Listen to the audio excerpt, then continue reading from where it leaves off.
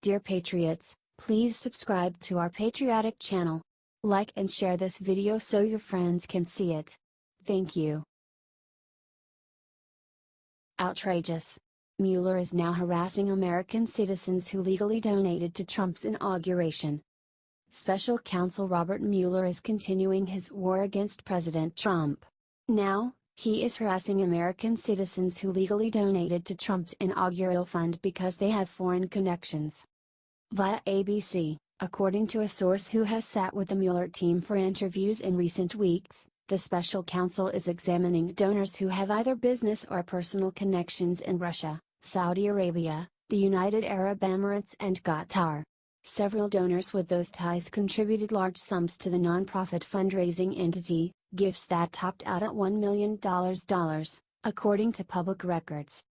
Special counsel investigators have also asked witnesses about specific inauguration donors, including American businessman Leonard Blavatnik, and Andrew Intrater, according to sources familiar with the Mueller sessions.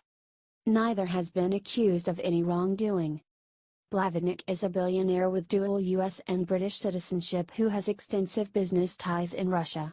Blavatnik gave $1 million to the inaugural fund through his company, Access Industries, according to FEC records.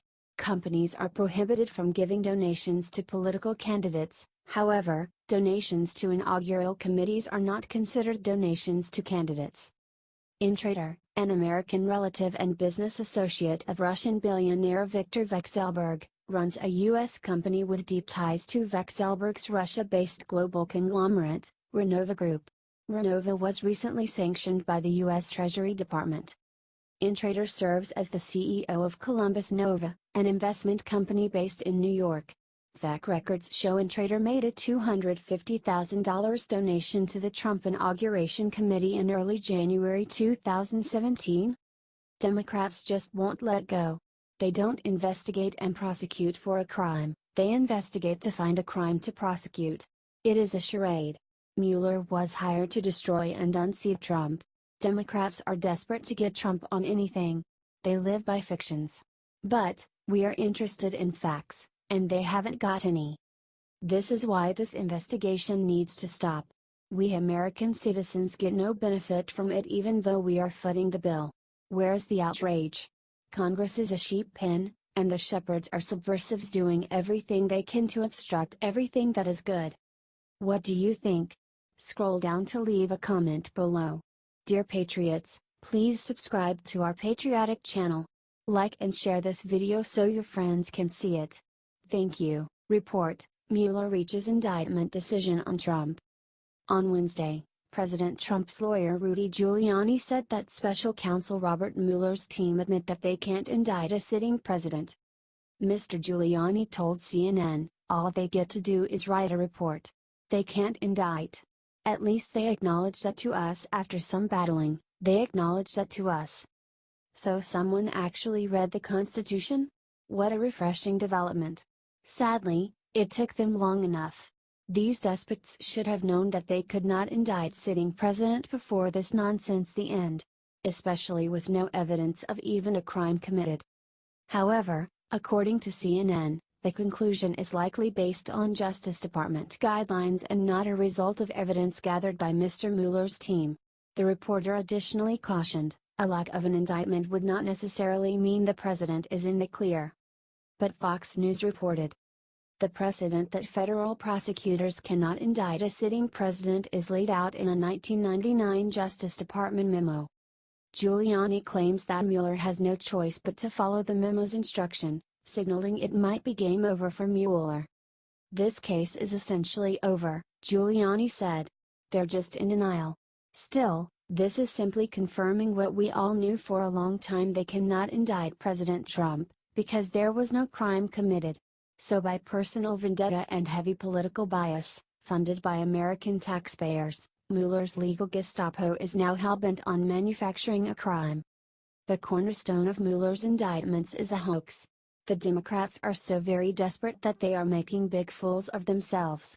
It is already evident that Mueller is making a fool of himself, and anyone with a brain knows he's only doing all of this to keep Zero Bama's crimes secret for as long as possible. What we really need is a lawyer with who will file a class action lawsuit against Robert Mueller for fraud. He's wasting our taxpayer money on an investigation without an underlying crime. What do you think? Share this article because the mainstream media will not report this. Dear Patriots, please subscribe to our patriotic channel. Like and share this video so your friends can see it. Thank you. Developing, senior DOJ official, we offered Nunes and Gowdy a Friday meeting with Rosenstein. Chairman of the House Intel Committee Devin Nunes, RCA, and Chairman of the House Oversight Committee Trey Gowdy, RSC, were invited to meet with Rosenstein, Wray and senior Intel staff Friday morning. A senior DOJ official is now claiming Nunes and Gowdy have not responded to their invite. Fox News producer, Jake Gibson is reporting a DOJ official claimed Nunes and Gowdy have not responded to the invitation extended to them for a Friday morning briefing. Gibson tweeted, senior DOJ official. Earlier in the week, Tuesday, we offered Chairman Nunes and Gowdy a meeting for Friday morning with the Deputy Attorney General Rod Rosenstein, FBI Director Chris Wray, and senior intelligence community staff. They have not responded to our invite. This is a strange development considering Nunes and Gowdy have been hounding Rosenstein to gain access to pertinent Mueller documents including the Rosenstein memo. Facing contempt charges, Justice Department officials agreed to sit down with Nunes and Gowdy to come to a resolution last week. Nunes and Gowdy met with Rosenstein and other officials last Thursday in a classified briefing amid a standoff over pertinent Mueller Russia documents being withheld by the swamp. We had a productive discussion today with officials from the Office of the Director of National Intelligence, Department of Justice, and FBI in which we raised questions related to information requested from the intelligence community, Nunes and Gowdy said in a statement. The officials committed to holding further discussions of these matters, and we look forward to continuing our dialogue next week to satisfy the committee's request. Other things to consider. Judge Ellis was given access to the unredacted Rosenstein memo earlier Thursday in a sealed court filing. Ike Horowitz informed lawmakers on Capitol Hill Wednesday that his much-anticipated report on the FBI's handling of Hillary's investigation is in the final stages. Thanks to a leak, we know Inspector General Horowitz found reasonable grounds for believing there has been a violation of federal criminal law in the FBI's handling of the Hillary Clinton email investigation. Dear Patriots, please subscribe to our patriotic channel. Like and share this video so your friends can see it. Thank you. The feds just busted Maxine Waters, have fun in prison. California Democrat Maxine Waters has been on a mission to get Donald Trump impeached for quite some time now. Unfortunately for her, however, it's her who could be going down after her dirty little secret leaked. Right-wing news reported that it has just been revealed that Waters' daughter has gotten more than $600,000 working for her mother's campaign. Karen Waters has been on her mother's campaign payroll, Citizens for Waters, since 2006. She oversees an operation called Slate Mailers, or Endorsement Mailers. During the 2016 election cycle alone, Karen was paid nearly $70,000 by her mother's campaign.